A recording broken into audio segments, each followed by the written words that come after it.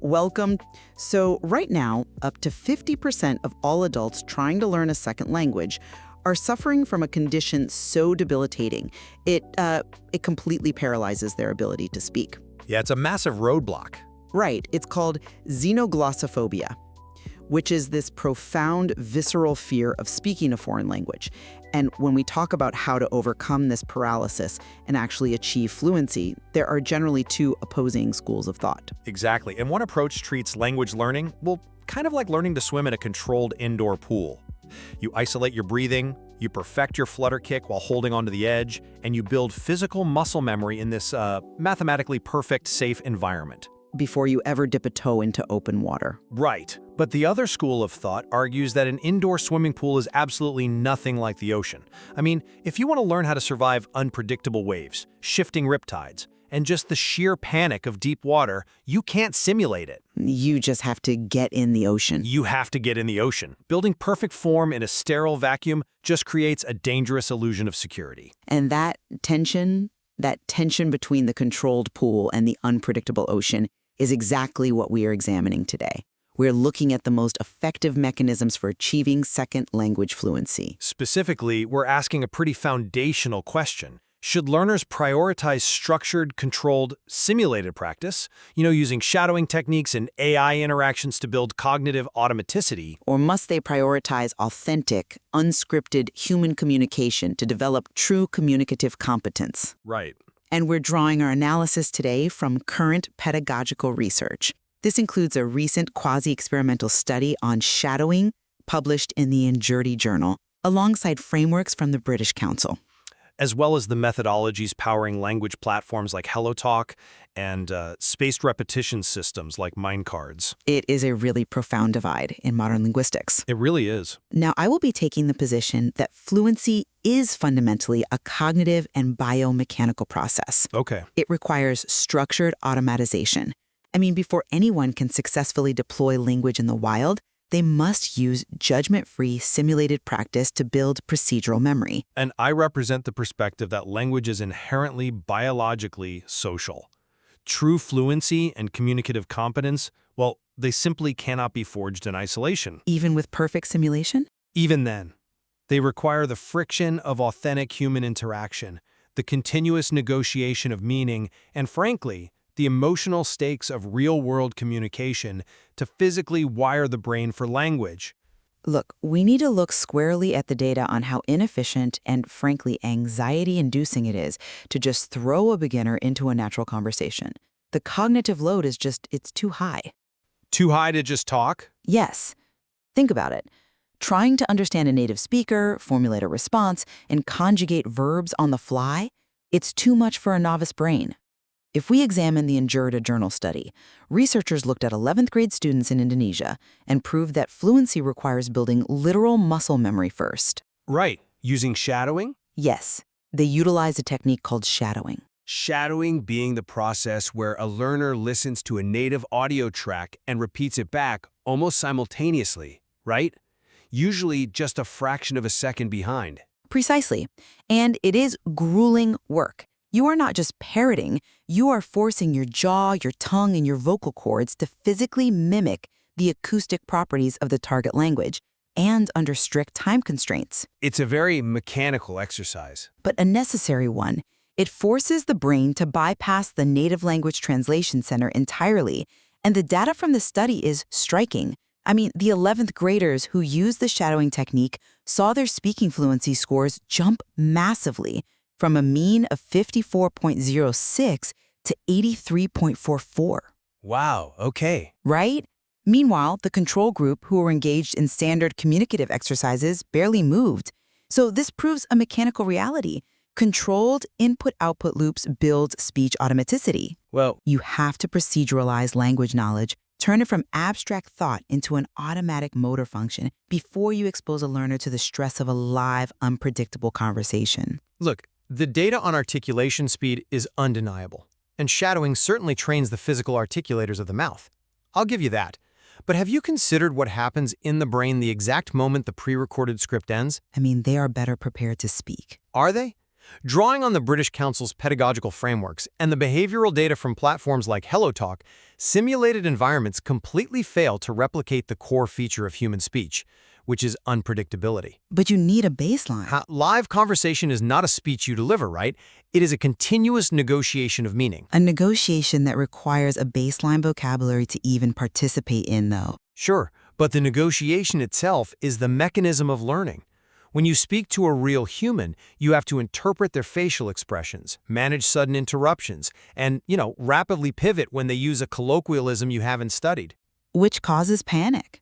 But confidence does not materialize from practicing in a perfectly predictable vacuum.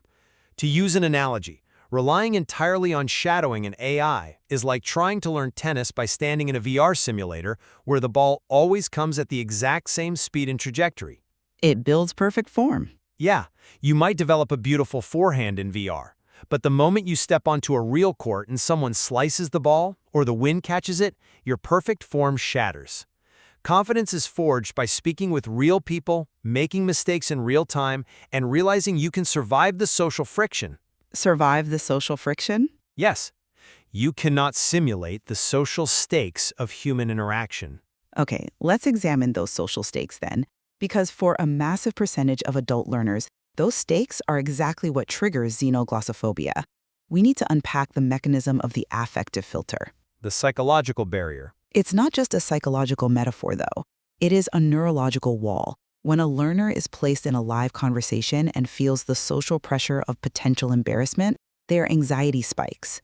Naturally. The brain interprets the social threat the same way it interprets a physical threat. The amygdala hijacks the brain's processing power, flooding the system with cortisol. Which literally restricts access to the prefrontal cortex. Exactly. The learner suddenly, they just cannot access the vocabulary they spent months memorizing. They freeze. They stop focusing on the meaning of the conversation, and their entire cognitive bandwidth is consumed by the fear of negative evaluation. That's a tough hurdle, sure. It's a wall. This is why utilizing AI tutors like those developed on platforms such as PracticeMe is an absolute game changer. It intentionally bypasses the amygdala hijack. By removing the human element. Yes, the AI provides a completely safe, judgment-free environment. The learner can engage in a spontaneous, unscripted dialogue with an AI persona, but without the neurochemical penalty of human judgment. So the AI acts as a pressure release valve. A highly productive one. The AI doesn't wince when you mispronounce a word. In fact, systems like PracticeMe can instantly transcribe the conversation and log grammatical errors silently in a mistake journal. Right. The learner can review their patterns of error later, in a state of calm, without having suffered the humiliation of being publicly corrected. Look, if you ask a beginner to jump into a live conversation with native speakers, it is the equivalent of asking a violinist to play a concerto for an audience before they have practiced their scales in private. I don't think that's a fair comparison. Why not? The cognitive demand of reading the sheet music, placing the fingers, and managing the bow is simply too high. Private simulated practice automates the basics so the brain has the bandwidth to handle the performance later. Because avoiding human beings completely just delays the inevitable cortisol spike. It doesn't cure it. I mean, the British Council materials explicitly warn against this avoidance cycle. What cycle? Unconfident speakers avoid speaking, which means they never gain practical experience, which in turn causes their confidence to drop even further. It is a self-fulfilling prophecy of silence. But practicing with an AI is not silence. They're speaking dynamically. They are speaking dynamically to a machine that is infinitely patient, never gets distracted, and never looks annoyed. That builds a very specific, fragile kind of security. It builds foundational fluency. No, if you do not train your nervous system to handle the cortisol spike of a real human reaction, you're essentially a flight simulator pilot who has never felt the turbulence of a real storm. That's a bit dramatic. Is it? When you finally talk to a real person and they frown because they didn't understand your accent, that affective filter will slam shut instantly because your brain hasn't been conditioned to handle social friction. Okay, so how do you propose a learner safely conditions themselves to that friction without being traumatized into quitting entirely? Through scaffolded, public, low-stakes social spaces. Take a feature like HelloTalk's Moments. The text feed? Right. It is essentially a public text feed for language learners, combined with multi-person voice rooms where you can join, initially just as a listener. You aren't forced onto a stage. So you can ease into it. Exactly. You post a written sentence about your day. A real, native-speaking human corrects your grammar in the comments. You read the correction, you feel a tiny flash of embarrassment, and then, crucially, you realize you survived. Okay. The world didn't end. That specific realization that you can make a mistake in front of a native speaker and maintain your social standing is the only thing that actually dismantles xenoglossophobia. Hiding behind an AI deprives the learner of the exposure therapy required to conquer their fear. Surviving a public mistake and realizing the world didn't end shatters the fear. Yes, I'll concede that. But bravery isn't fluency. It's the prerequisite for it. You can confidently step up to a native speaker and speak absolute gibberish. You survive the encounter, you feel great, but you haven't actually deployed correct language. If we want learners to actually speak accurately, we have to look at how the brain mechanically retains and retrieves the right words. Right. We have to move from emotional survival to the mechanics of memory. Well, memory is heavily influenced by emotion, but go on. The ultimate goal of fluency is eliminating the translation bottleneck. Right now, a beginner hears a word, translates it into their native tongue in their head, formulates a response in their native tongue, translates it back into the target language, and then speaks. Yeah, it's exhausting. To eliminate that lag, you need robust neural pathways. Let's look at the biology of the Hermann-Ebbinghaus forgetting curve.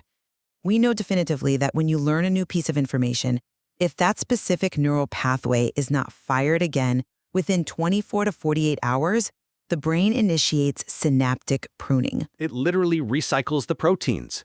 The memory decays. Exactly. The brain is highly efficient. If you don't use it, it discards it to save energy. Right. And human conversation is wildly inefficient for memory retention because it is just too random. I mean, you might learn the word for umbrella on a Tuesday during a language exchange. Sure. But your conversation partner might not bring up the weather again for 6 months. By then, the synaptic connection is completely gone. This is why spaced repetition systems like mind cards are mandatory for fluency. Mandatory because they mathematically force the retrieval of the word right before the brain prunes it. Yes, the algorithm tracks your hesitation down to the millisecond. If you struggle to remember umbrella, it will force you to recall it tomorrow. If you answer instantly, it pushes a review out a week. It's very optimized, I know. Furthermore, when you combine that optimal algorithmic spacing with daily 10-minute speaking sprints, where a learner speaks nonstop to an AI on a highly specific topic, you trigger sleep-based memory consolidation. During REM sleep. Right. During REM sleep, the hippocampus replays these intense, concentrated neural firings and physically wires the new language into the motor cortex. The brain requires systemic, mathematically optimized review to move a word from declarative memory, knowing a fact, into procedural memory, which is automatic action. See, you're treating the human brain like a silicon hard drive. How so? You are suggesting that if we just write the data at the mathematically perfect interval, it will be stored permanently. The brain is not a hard drive. It is a highly emotional, context-dependent organ. But the hard drive still needs the data. You cannot produce a vocabulary word you haven't retained. Look, I am not arguing against the existence of the forgetting curve, but the way the data is written dictates how easily it can be retrieved under pressure. Let me introduce the concept of the conversation vocabulary mine. Okay. Words learned during actual friction-filled conversations stick infinitely better precisely because of the neurochemistry of human emotion. Let me paint a picture. Imagine you are talking to a native speaker in a cafe. All right. You desperately need to tell them about a project at work, but you completely blank on the word for deadline. A very common occurrence. And highly stressful. Extremely stressful. You stumble, you use your hands, you awkwardly try to describe it, like the time when the work must be finished. The native speaker looks confused, then suddenly their eyes light up and they say, "Oh, the deadline." The aha moment. Yes. That specific moment of struggle, the awkward silence, the minor social friction, followed by the profound relief of being understood, that triggers a massive release of neuromodulators in the brain. You get a huge spike of dopamine and norepinephrine. Which acts as a chemical marker for the memory. It is the ultimate neurochemical glue. The brain flags that moment and says, this information was necessary for social survival, do not prune this pathway. Okay, but A flashcard app showing you the word deadline on a Tuesday at 4 p.m. because an algorithm calculated you are about to forget it completely lacks that chemical marker. Passive recognition in a sterile environment is a completely different neurological mechanism than active, spontaneous production under the pressure of social stakes. look, I don't discount the power of emotional salience. Epinephrine certainly stamps memories into the brain. But you cannot rely on serendipity to build a functional adult vocabulary of 3,000 to 5,000 words. It's not serendipity. It's just living in the language. You would have to orchestrate thousands of those incredibly specific, frustrating, desperate moments to build a comprehensive lexicon. That is a staggeringly inefficient way to learn. When we look at how language is practically deployed in the real world, moving beyond single words to actual conversational fluency, efficiency is paramount. Efficiency in passing a vocabulary test, perhaps, but not efficiency in making a human connection. Efficiency in cognitive processing. Let's look at how native speakers actually talk. They do not build sentences word by word from scratch. If I want to talk about the weather, I don't sift through adjectives and nouns to invent the phrase strong rain. I use the pre-built chunk, heavy rain. Right. Collocations. Yes, native speakers rely on tens of thousands of these chunks. Collocations, idioms, and conversational fillers like to be honest or at the end of the day. Exactly. A learner who has mastered 3,000 words locked together as contextual chunks will sound vastly more fluent than a learner who has memorized 10,000 isolated vocabulary words. I agree with that. And how do you acquire and automate those chunks? Through the exact shadowing technique I detailed earlier. By repeatedly shadowing native speakers from TED Talks or BBC podcasts, you are physically training the articulatory muscles of the mouth to produce these multi-word chunks as a single automatic motor program. You don't have to think about subject-verb agreement. Your mouth just executes the program. Phrasal chunks are undeniably the secret to sounding natural. Where our perspectives violently diverge is how those chunks are consolidated and tested. Well, You say shadow a beautifully enunciated BBC podcast. I say those chunks are useless until they are tested in the wild. Real English is incredibly messy. It is rarely a perfectly articulated TED Talk. shadowing does not have to be limited to perfect enunciation, you know? Learners can shadow diverse colloquial audio materials. But shadowing is still a one-way street. The podcast does not shadow you back. It does not react to your pacing. Speaking to a customer service agent in Texas versus pitching a startup founder in Sydney requires entirely different listening and processing skills. Sure, but Platforms that connect millions of global users provide the necessary exposure to wildly different accents, regional slang, and spontaneous phrasing. if you have automated the core chunks, you have the cognitive bandwidth free to parse those different accents. Not if you haven't practiced dynamic adaptability.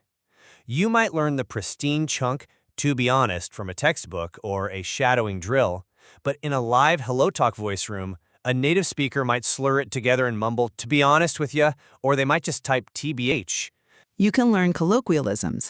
If you have only trained your brain to recognize and produce the mathematically perfect, AI-approved version of the language, your perfectly memorized chunks will fail you the exact moment a real human speaks off script. The cognitive flexibility to adapt to a speaker's unique cadence, to read their tone, and to decipher mumbled colloquialisms can only be forged by actually talking to them in real time. We have drilled pretty deep into the neurological and behavioral mechanics of this issue today.